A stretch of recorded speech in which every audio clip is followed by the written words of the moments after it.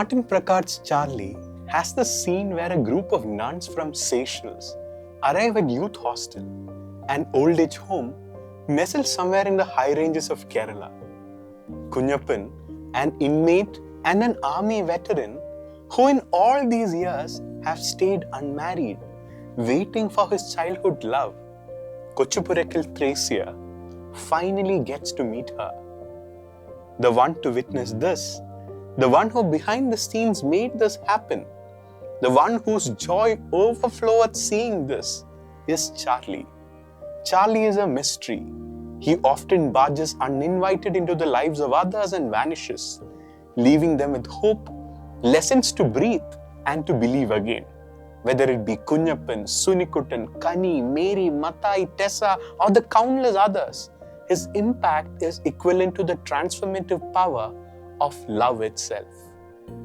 Thomas Merton, in his essay Love and Need, wrote, "Love is in fact an intensification of life, a completeness, a fullness, a wholeness of life. Life curves upwards to a peak of intensity, a high point of value and meaning, at which all its latent creative possibility go into action, and the person transcends himself or herself in encounter, response, and communion with another." വേട്ടക്കാരനെ കണ്ടിട്ടുണ്ടോ? Orion ഏതായാലും ചാവാൻ പോവില്ല. ചുമ്മാ നോക്കിക്കോ. നൈസാ, നോക്കിക്കോ.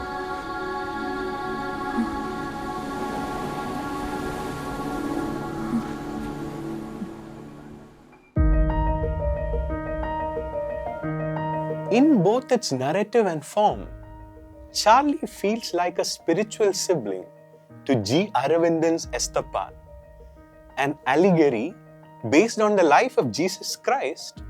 Esthappan's story, just like Charlie's, unfolds through narrations by others about Esthappan's miraculous acts.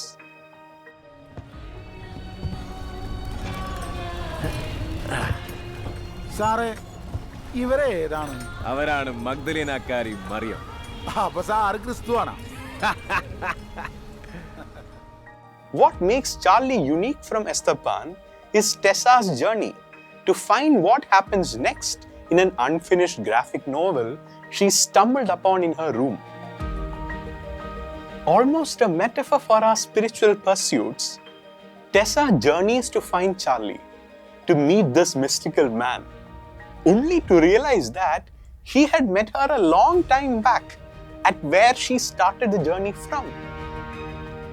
As Bell Hooks wrote, "The light of love is always in us, no matter how cold the flame. It is always present, waiting for the spark to ignite, waiting for the heart to awaken and call us back to the first memory of being the life force inside the dark place, waiting to be born, waiting to see the light." The psychoanalyst Alice Miller chooses to call people like Charlie the enlightened witness.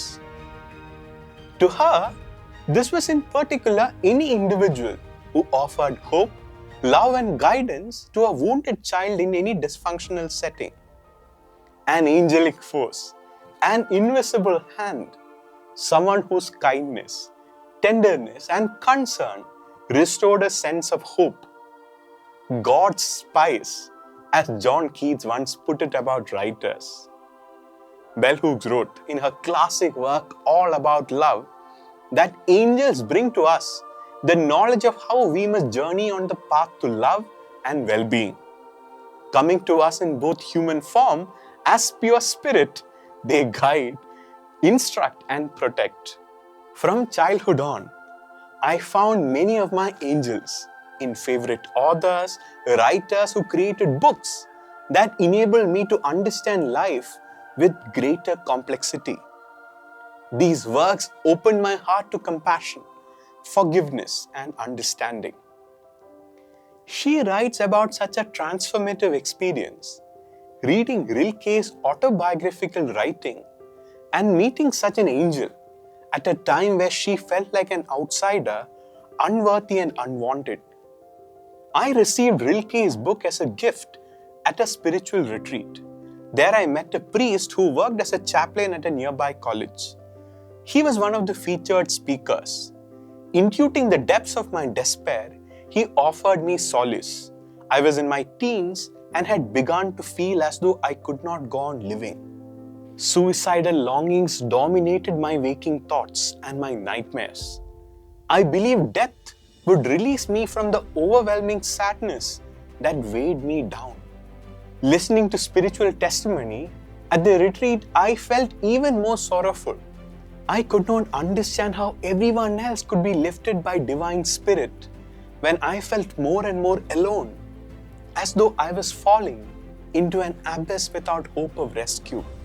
I never asked Father B what he saw when he looked at me or why I was chosen as one of the individuals he singled out for spiritual counseling. He touched my soul, offering to me and to everyone he connected with a loving spirit. In his presence, I felt chosen, beloved. Like many earthly angels who visit us and touch our lives with their visionary power and healing wisdom, I never encountered him again. But I have never forgotten his presence. The gifts he offered to me, gifts of love and compassion, freely given. Charlie is that angel, the third man, the stranger whom two of Jesus' disciples meet on the road to Emmaus. T.S. Eliot asked, "Who is the third who walks always besides you?" When I count, there are only you and I together. But when I look ahead up to the white road, there is always another one walking beside you, gliding wrapped in a brown mantle, hooded.